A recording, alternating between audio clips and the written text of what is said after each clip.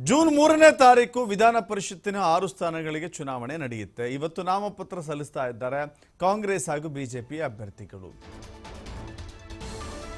ಕಾಂಗ್ರೆಸ್ ಹಾಗೂ ಬಿಜೆಪಿ ಅಭ್ಯರ್ಥಿಗಳ ಪೈಕಿ ಗಮನಿಸ್ತಾ ಇದ್ದೀವಿ, ರಾಮೋಜಿ ಗೌಡ, ವೈ.ಎ. ನಾರಾಯಣಸ್ವಾಮಿ ಇಬ್ಬರು ಕೂಡ ಇವತ್ತು ನಾಮಿನೇಷನ್ ಹಾಕ್ತಾರೆ. ಬೆಂಗಳೂರು ಪದವೀಧರ ಕ್ಷೇತ್ರದ ಕಾಂಗ್ರೆಸ್ ಅಭ್ಯರ್ಥಿ ರಾಮೋಜಿ ಗೌಡ, ಬಿಜೆಪಿ ಅಭ್ಯರ್ಥಿ ನಾರಾಯಣಸ್ವಾಮಿ. ಇನ್ನು ಆಗ್ನೇಯ ಶಿಕ್ಷಕರ ಕ್ಷೇತ್ರದ ಬಿಜೆಪಿ ಅಭ್ಯರ್ಥಿ ಯಾರು? ವೈ.ಎ. ನಾರಾಯಣಸ್ವಾಮಿ. ಶಿಕ್ಷಕರ ಹಾಗೂ ಪದವೀಧರ ಕ್ಷೇತ್ರಗಳಿಗೆ ನಡೆಯಲಿರುವಂಥ ಚುನಾವಣೆ ಇದು. ಈ ಚುನಾವಣೆಯಲ್ಲಿ ಅಭ್ಯರ್ಥಿಗಳು ಇವತ್ತು ತಮ್ಮ ಉಮೇದುವಾರಿಕೆಯನ್ನು ಸಲ್ಲಿಸ್ತಾ ಇದ್ದಾರೆ. ಆ ಮೂಲಕ ಚುನಾವಣಾ ಕಣಕ್ಕೆ ಅಧಿಕೃತವಾಗಿ ಎಂಟ್ರಿ ಕೊಡ್ತಾ ಇದ್ದಾರೆ. ಈ ಚುನಾವಣೆಯಲ್ಲೂ ಕೂಡ ಅತಿ ಹೆಚ್ಚಿನ ಸಂಖ್ಯೆಯನ್ನು ಗೆಲ್ಲಿಸಿಕೊಳ್ಳಬೇಕಾದಂಥ ಅನಿವಾರ್ಯತೆ ಕಾಂಗ್ರೆಸ್ಗಿದೆ, ಬಿಜೆಪಿಗಿಲ್ಲ ಅಂತ ಹೇಳಲಿಕ್ಕಾಗತ್ತೆ. ಖಂಡಿತವಾಗೂ ಬಿಜೆಪಿಗಿದೆ. JDSಗೂ ಒಂದು ಸ್ಥಾನದಲ್ಲಿ ಅವಕಾಶ ಇದೆ. JDS ಕೂಡ ಇಲ್ಲಿ ಫೈಟ್ ಮಾಡ್ತಾ ಇದೆ. ಒಟ್ಟಿನಲ್ಲಿ 6 ಸ್ಥಾನಗಳಿಗೆ ನಡೀತಾ ಇರುವಂಥ ವಿಧಾನ ಪರಿಷತ್ತಿನ ಚುನಾವಣೆಯಲ್ಲಿ ಬಹಳ ಜಿದ್ದಾಜಿದ್ದಿ ಅಂತೂ ಕಾಣಿಸ್ತಾ ಇದೆ. Ramoji Gowda Congress candidate, Y A. Narayanaswamy BJP candidate. ಇಬ್ಬರಲ್ಲಿ ಯಾರು ಗೆಲ್ತಾರೆ? ಇಬ್ಬರ ಒಲವು ಹೇಗಿದೆ? ಇವರಿಬ್ಬರ ಸೋಲು ಗೆಲುವಿನ ಮೇಲೆ ವಿಧಾನ ಪರಿಷತ್ತಿನ ಸಂಖ್ಯಾಬಲದ ನಿರ್ಣಯ ಆಗುತ್ತೆ. ನೋಡೋಣ, ಕಾದು ನೋಡಬೇಕು ಜೂನ್ 3ರವರೆಗೂ.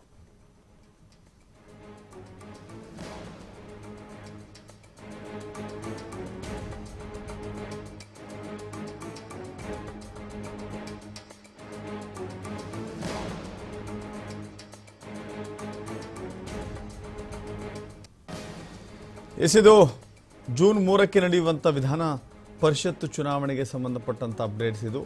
ಇವತ್ತು ನಾರಾಯಣಸ್ವಾಮಿ ಹಾಗೂ ರಾಮೋಜಿ ಗೌಡ ಇಬ್ಬರು ಕೂಡ ನಾಮಿನೇಷನ್ ಹಾಕ್ತಾ ಇದ್ದಾರೆ. ಇದರ ಮೇಲೆ ಇನ್ನೂ ಅನೇಕರು ಕೂಡ ನಾಮಿನೇಷನ್ ಹಾಕುವಂಥ ಸಿದ್ಧತೆಯಲ್ಲಿದ್ದಾರೆ. 6 ಸ್ಥಾನಗಳಿಗೆ ನಡೀತಾ ಇರುವಂಥ ಚುನಾವಣೆ.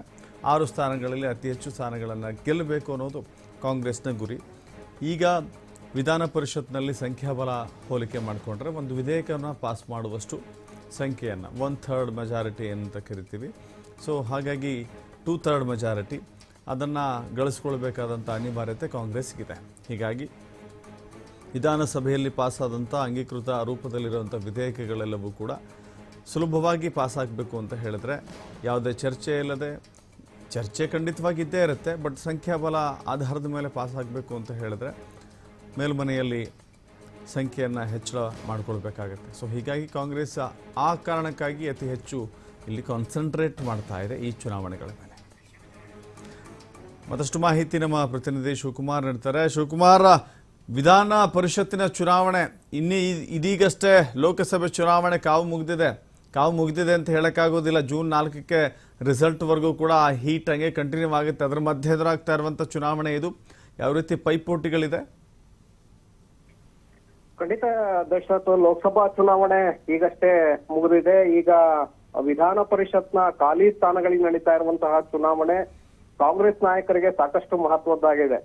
ಯಾಕಂದ್ರೆ ಈ ಚುನಾವಣೆ 6 ಖಾಲಿ ಸ್ಥಾನಗಳಿಗೆ ಈಗ ಚುನಾವಣೆ ನಡೀತಾ ಇರೋದ್ರಿಂದ 3 ಶಿಕ್ಷಕರ ಕ್ಷೇತ್ರ, 3 ಪದವೀಧರ ಕ್ಷೇತ್ರಗಳಿಗೆ ಚುನಾವಣೆ ನಡೀತಾ ಇದೆ. ಹಾಗಾಗಿ 6 ಕ್ಷೇತ್ರಗಳನ್ನ ಗೆಲ್ಲೇಬೇಕು ಅನ್ನುವಂತ ಒಂದು ನಿರ್ಧಾರಕ್ಕೆ ಈಗ ಕಾಂಗ್ರೆಸ್ ನಾಯಕರು ಬಂದಿದ್ದಾರೆ. ಯಾಕೆಂದ್ರೆ ಮೇಲ್ಮನೆಯಲ್ಲಿ ಕಾಂಗ್ರೆಸ್ನ ಸಂಖ್ಯಾಬಲ ಬಹಳ ಕಡಿಮೆ ಇದೆ. JDS ಮತ್ತೆ ಬಿಜೆಪಿ ಮೈತ್ರಿಯನ್ನ ಮಾಡ್ಕೊಂಡಿರೋದ್ರಿಂದ ಸಹಜವಾಗಿ ವಿಧಾನಸಭೆಯಲ್ಲಿ ಮಹತ್ವದ ವಿಧೇಯಕಗಳನ್ನ ಪಾಸ್ ಮಾಡ್ಕೊಂಡು ಹೋಗ್ತಾ ಇದೆ. ಇದು ಸರ್ಕಾರಕ್ಕೂ ಕೂಡ ಸಾಕಷ್ಟು ಮುಜುಗರವನ್ನ ತರ್ತಾ ಇದೆ. ಆ ಕಾರಣಕ್ಕೆ ಈಗ ಸ್ಥಾನಗಳನ್ನ ಗೆದ್ದಿದ್ದೆ ಆದ್ರೆ ಕಾಂಗ್ರೆಸ್ ಪ್ರಸ್ತುತ 29 ಸೀಟ್ಗಳನ್ನ ಹೊಂದಿದೆ ಮೇಲ್ಮನೆಯಲ್ಲಿ. 75ರಲ್ಲಿ 29. 6 ಸ್ಥಾನಗಳನ್ನ ಗೆದ್ರೆ 35ಕ್ಕೆ ಅದರ ಸಂಖ್ಯಾಬಲ ಕೂಡ ಹೆಚ್ಚಳ ಆಗತ್ತೆ. ಹಾಗೆ ಜೂನ್ ನಲ್ಲಿ ಮತ್ತಷ್ಟು ಸ್ಥಾನಗಳು ನಿವೃತ್ತಿ ಆಗ್ತಾ ಇದ್ದಾರೆ, ಸದಸ್ಯರು ನಿವೃತ್ತಿ ಆಗ್ತಾ ಇದ್ದಾರೆ. ನಾಮಕರಣ ಮಾಡುವಂತ ಅವಕಾಶ ಸರ್ಕಾರಕ್ಕೆ. ಆ ಸಂದರ್ಭದಲ್ಲಿ ಉಳಿದಿರುವಂತಹ ನಾಮನಿರ್ದೇಶನದ ಮೂಲಕ ಸದಸ್ಯರನ್ನ ಭರ್ತಿ ಮಾಡ್ಕೊಂಡ್ರೆ ಮೇಲ್ಮನೆಯಲ್ಲೂ ಕೂಡ ಕಾಂಗ್ರೆಸ್ ಬಹುಮತಕ್ಕೆ ಬರುತ್ತೆ. ಆಗ ಕೆಳಮನೆಯಲ್ಲಿ ಪಾಸ್ ಆಗುವಂತಹ ವಿಧೇಯಕಗಳು, ಬಿಲ್ಗಳು ಏನಿರುತ್ತೆ ಅದನ್ನ ಮೇಲ್ಮನೆಯಲ್ಲೂ ಕೂಡ ಈಸಿಯಾಗಿ ಪಾಸ್ ಮಾಡ್ಕೊಳ್ಳೋದಕ್ಕೆ ಅವಕಾಶ ಇರುತ್ತೆ. ಸರ್ಕಾರ ಇನ್ನೂ 4 ವರ್ಷಗಳ ಕಾಲ ಇರೋದ್ರಿಂದ ಮೇಲ್ಮನೆಯಲ್ಲೂ ಕೂಡ ಸಂಖ್ಯಾಬಲವನ್ನ ಹೆಚ್ಚಳ ಮಾಡ್ಕೊಳ್ಬೇಕಾಗತ್ತೆ. ಆ ನಿಟ್ಟಿನಲ್ಲಿ ಕಾಂಗ್ರೆಸ್ ನಾಯಕರು ಹೆಚ್ಚಿನ ಒತ್ತನ್ನ ಈ ಖಾಲಿ 6 ಸ್ಥಾನಗಳಿಗೆ ನಡೀತಾ ಇರುವಂತಹ ಚುನಾವಣೆಗೆ ಕೊಟ್ಟಿದ್ದಾರೆ. ಹಾಗಾಗಿ ಈಗಾಗಲೇ ಸರಣಿ ಸಭೆಗಳನ್ನು ಕೂಡ ಶುರು ಮಾಡಿದ್ದಾರೆ. ನಿನ್ನೆಯಷ್ಟೇ ಮಹತ್ವದ ಸಭೆಯನ್ನು ಕೂಡ ನಡೆಸಲಾಗಿತ್ತು.